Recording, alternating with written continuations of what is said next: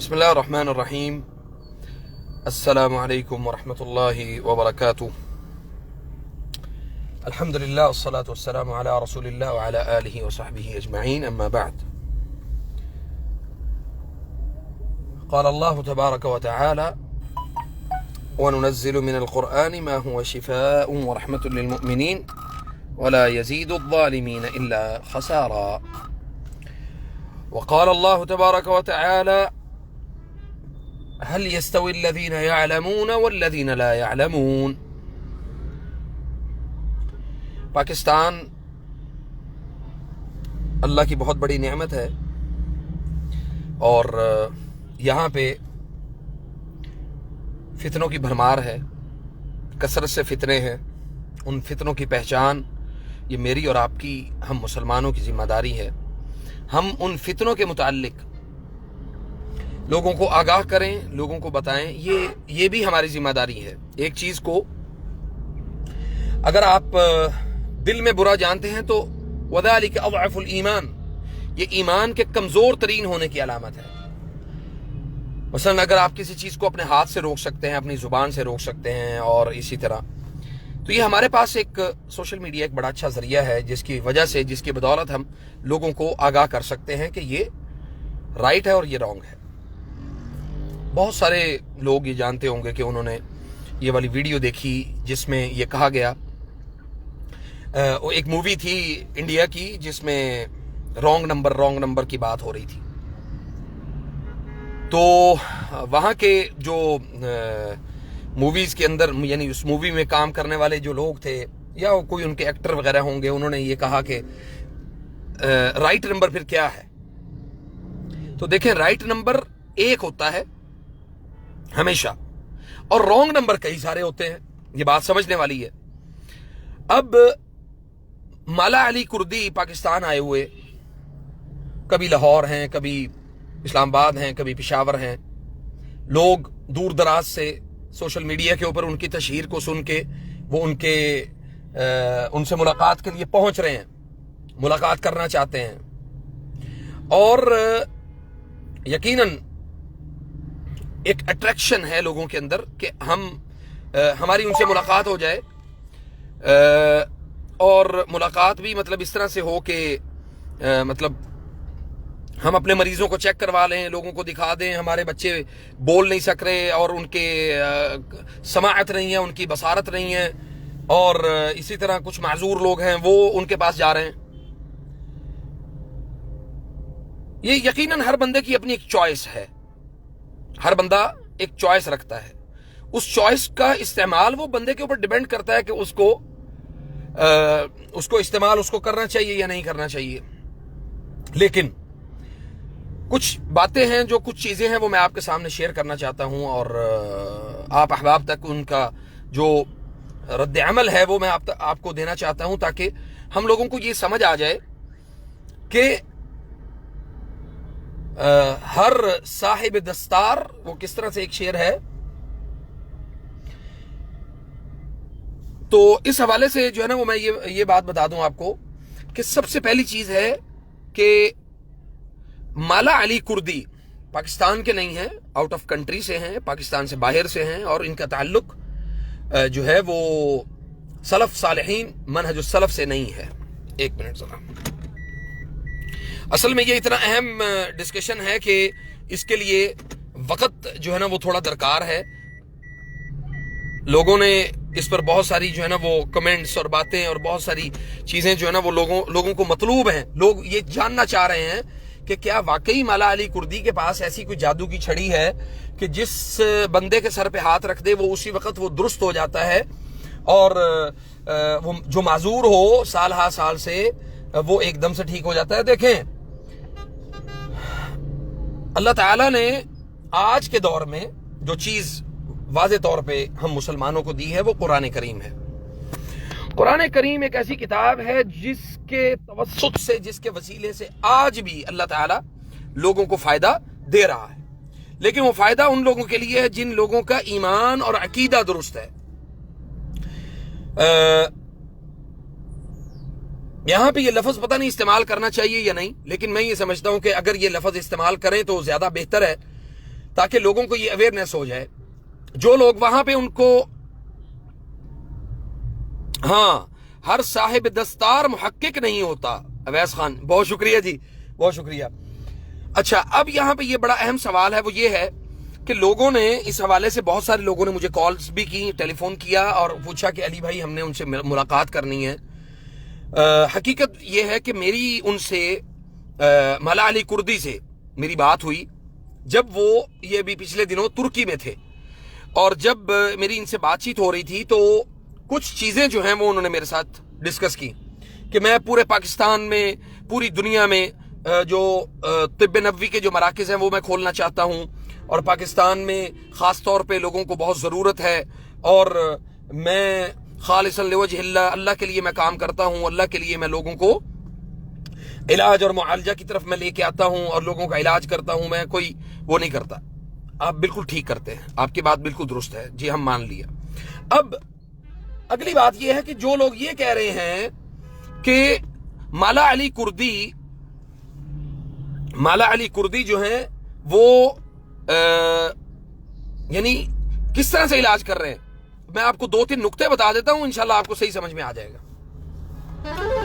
ایک جو راقی ہوتا ہے، معالج ہوتا ہے، اس کے پاس ایک چیز بڑی اہم ہوتی ہے، وہ ہے کہ اس کے پاس یہ جو علم ہے علاج بالتدلیق، یعنی وینز کا، ہماری جو رگیں ہیں اس کا جو علاج ہے وہ اس کے پاس ہے یا نہیں. اگر تو وہ سمجھتا ہے تو بہت ساری وینز کو اپنی فنگر ٹپس کے ذریعے سے وہ کھول سکتا ہے. ٹھیک ہے جی. اور اس میں یہ کوئی بڑی بات نہیں ہے کہ وہ شخص کسی بھی مریض کی زبان، مثال کے طور پہ اس کو زبان کو، منہ کو کھولا، اس کے اندر ہاتھ ڈالا، یہ 2 انگلیاں یا یہ 2 انگلیاں جو ہیں وہ گلے کے اندر انڈیلی، اور یا تو ان انگلیوں کو اس طرح سے کھولا، اور اس کے بعد جو ہے وہ اس بچے کی یا اس مریض کی جو کیفیت ہے، یعنی اس کی وینز اگر دبی ہوئی ہیں تو وہ کھل جائیں گی، وہ بچہ وقتی طور پہ اپنے گلے سے آواز نکال سکے گا. اور اسی طرح سماعت کے متعلق جو ہے وہ یہ کانوں کے کچھ پوائنٹس ہیں، یعنی اس کے نیچے اگر وہ ان پوائنٹس کو ہاں جی اچھا ان پوائنٹس کو وہ دباتے ہیں، اور اس کے بعد اگر کوئی وین دبی ہو یا کوئی بند ہو تو اس کو وہ کھول دیتے ہیں ہاتھ کے ذریعے سے.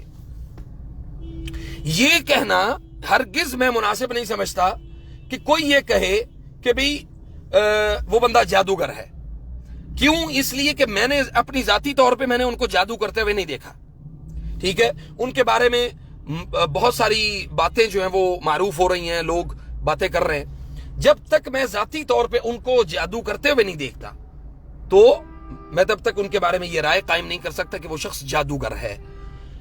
نمبر 1. نمبر 2، دوسرا میرا نقطہ یہ ہے، میرا ذاتی طور پہ، کہ لوگ جو ہیں وہ اس حوالے سے بڑا تجسس کا، واقعتاً تجسس کا شکار ہیں کہ جو لوگ ان کے پاس مثلا ابھی وہ پشاور ہیں تو کچھ دن انہوں نے پشاور میں ٹھہرنا ہے، پشاور میں بات چیت کریں گے، پشاور میں لوگوں کو دیکھیں گے، لوگوں کے معاملات کو سنیں گے، اور اب ان کے پاس کوئی ایسا ذریعہ یا کوئی ایسا آلہ نہیں ہے کہ وہ یہ کہیں کہ جی فلاں بندہ جو ہے وہ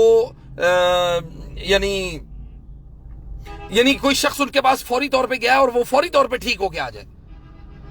یہ پاسبلٹی واللہ اعلم، یہ لیکن میں یہ سمجھتا ہوں کہ یہ امکان ہے بھی اور امکان نہیں بھی ہے، اس لیے کہ آپ کو اس چیز کا علم اور ادراک ہونا چاہیے کہ شفاء من عند اللہ، شفا اللہ کے پاس ہے، کسی انسان، کسی مرد، کسی فرد و بشر کے پاس کوئی شفا نہیں ہے،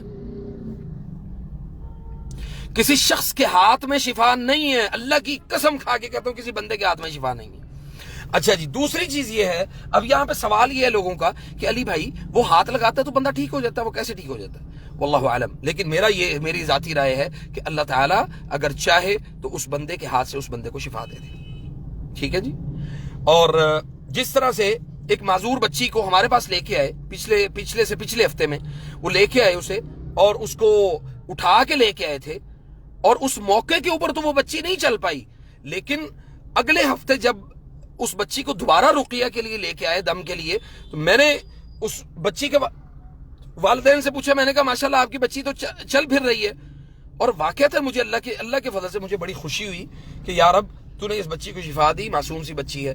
تو انہوں نے کہا جی علی بھائی یہاں سے ہم گئے ہیں گھر، اور گھر جاتے ہی جو ہے نا وہ ان کی کیفیت جو ہے وہ بہتر ہو گئی.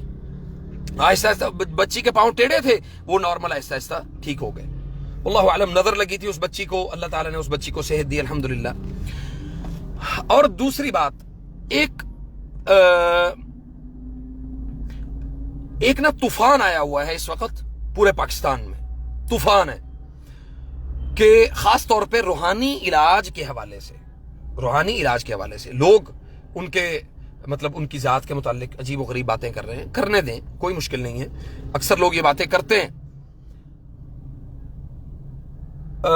میری اپنی ذاتی رائے یہ ہے کہ ان کے متعلق صحیح معنوں میں ایک جامع تحقیق ہو جائے.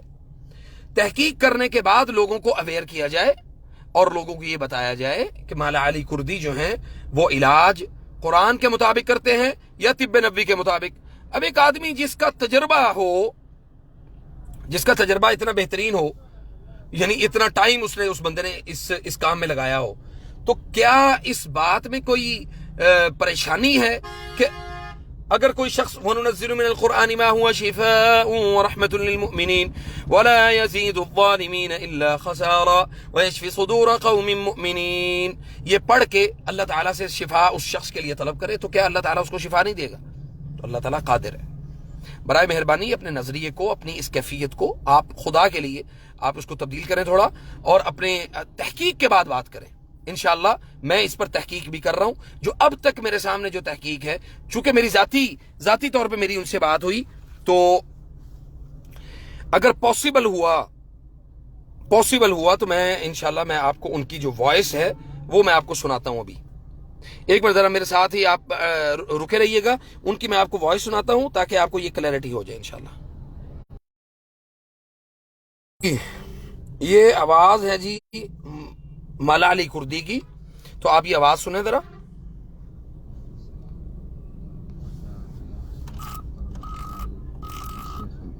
إن شاء الله خلال هذا الشهر أنا أزور الباكستان بدعوة رسمية أجي الباكستان وأشوف على إذا حكومة الباكستان. وعليكم السلام ورحمة الله وبركاته يا أستاذ المحترم أبو سهل الشيخ المحترم. إن شاء الله خلال هذا الشهر أنا أزور الباكستان بدعوة رسمية أجي الباكستان وأشوفكم بإذن الله تعالى إذا حكومة الباكستان يتقبل عشان نفتح مستشفيات طب النبوي وأنتم تسيرون إن شاء الله مدير هذا المستشفى. كل الرقاة أنا أشوف نتكلم معكم، واللي فقير مسكين نعالجه بدون مقابل. اللي عنده إمكانية يشتري علاج في باكستان أو النقود إليكم في سبيل، لأني لا أريد أي شيء والله، بس أريد أنصر هذا الدين، دين الإسلام. أشهد أن لا إله إلا الله وأشهد أن محمد رسول الله، ونفتح مستشفيات طب نبوي مثل دول العالم أمريكا أوروبا. شوف طبهم سيطر على كل العالم، وإحنا عندنا طب النبوي ما سيطرنا على شيء، لأن إحنا متفرقين. إحنا لازم نقول نصير إيد واحد، نتكاتف. رب العالمين يقول في القرآن الكريم بسم الله الرحمن الرحيم واعتصموا بحبل الله جميعا ولا تفرقوا. إحنا كلنا مسلمين، ماكو هذا فرق. ما دام قال لا اله الا الله محمد رسول الله دخل الاسلام، حرم عليه ماله ودمه وعرضه، وهذا النبي صلى الله عليه وسلم يقول. خلاص ان شاء الله باذن الله تعالى شيخ اشوفكم وتقبل راسكم، وخلال هذا الشهر باذن الله تعالى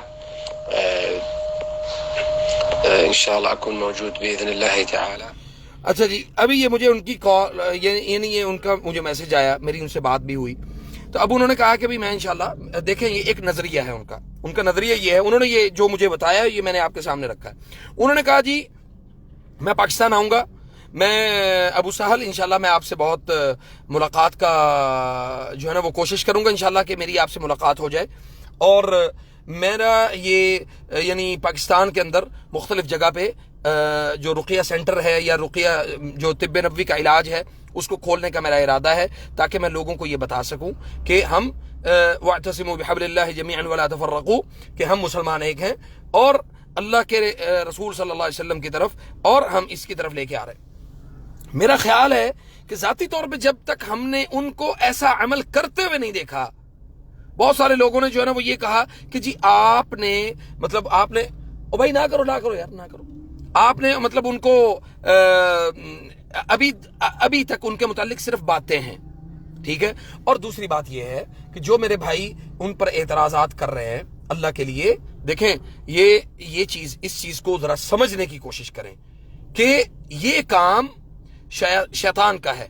اللہ کی قسم شیطان کا کام ہے کہ آپ کو ان لوگوں کے متعلق یا آپ کو ان لوگوں کے معاملات کے متعلق جب تک آپ کو تحقیق نہ ہو، دیکھیں ہمارا کوئی رشتہ دار تو نہیں ہے نا، جب تک ہمیں اس شخص کے متعلق ہمیں صحیح معنوں میں واضح طور پہ حقیقت میں ہمارے سامنے جو ہے یہ کیفیت نہ آ جائے، تب تک ہم اس شخص کے متعلق کوئی ایسی بات نہیں کر سکتے. واللہ اعلم. اللہ تعالیٰ بہترین علم والا ہے، بہترین جاننے والا ہے. اللہ تعالیٰ ہمیں ایسے جو بھی، اگر تو وہ دجال ہے یا اس طرح کا کوئی عمل کرتا ہے تو اللہ تعالیٰ ہمیں محفوظ رکھے، اپنے احباب کو، اپنے لوگوں کو آپ اس سے محفوظ رکھیں. فجزاکم اللہ خیر. اللہ تعالیٰ آپ سب کو جزائے خیر دے. اور السلام علیکم ورحمۃ اللہ وبرکاتہ.